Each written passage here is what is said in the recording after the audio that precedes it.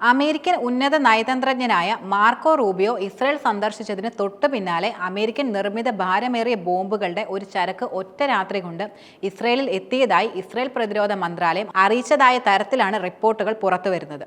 President Donald ട്രംപിന്റെ ഭരണകൂടം അടുത്തിടെ അംഗീകരിച്ച MK-84 യുദ്ധോപകരണങ്ങളാണ് ഇസ്രയേലിൽ ഇപ്പോൾ പ്രധാനമായും എത്തിയിരിക്കുന്നത്.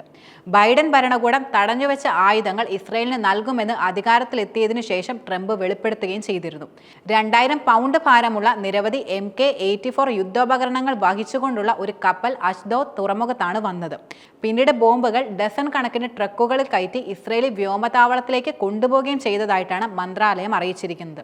മന്ത്രാലയം പറയുന്നത് പ്രകാരം 2023 ഒക്ടോബറിൽ യുദ്ധം ആരംഭിച്ചതിനു ശേഷം 678 ഗതാഗത വിമാനങ്ങളും 129 കപ്പലുകളും വഴി 76,000 ടണ്ണിലധികം സൈനിക ഉപകരണങ്ങൾ പുറത്തുനിന്ന് ഇസ്രയേലിൽ എത്തിയിട്ടുണ്ട് എന്നാണ് നിലനിൽക്കുന്ന നിഗമനം. ഇതിൽ ഭൂരിഭാഗം അമേരിക്കയിൽ നിന്നാണ് വന്നതും. ഫെബ്രുവരിയിൽ ട്രംപ് ഭരണകൂടം ഇസ്രയേലിന് $7.4 ബില്യൺ വിലമതിക്കുന്ന ബോംബുകൾ, മിസൈലുകൾ, അനുബന്ധ ഉപകരണങ്ങൾ എന്നിവ വിൽക്കാൻ അനുമതി നൽകുകയും ചെയ്തിരുന്നു.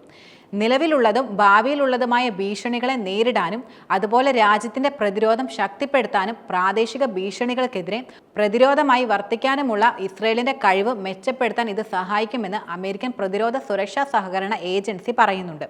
നേരത്തെയും അമേരിക്ക ഇസ്രയേലിനെ അകമഴിഞ്ഞ് സഹായിച്ചിട്ടുണ്ട് എന്നത് നിലനിൽക്കുന്ന ഒരു യാഥാർത്ഥ്യമാണ്.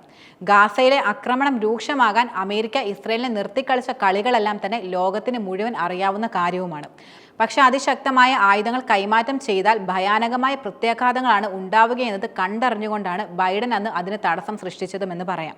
പക്ഷേ മാനുഷിക പരിഗണന തീരെ പ്രകടമാകാത്ത തരത്തിലുള്ള നടപടിയാണ് ഇപ്പോൾ ട്രംപ് ഭരണകൂടം കൈക്കൊണ്ടിരിക്കുന്നത്.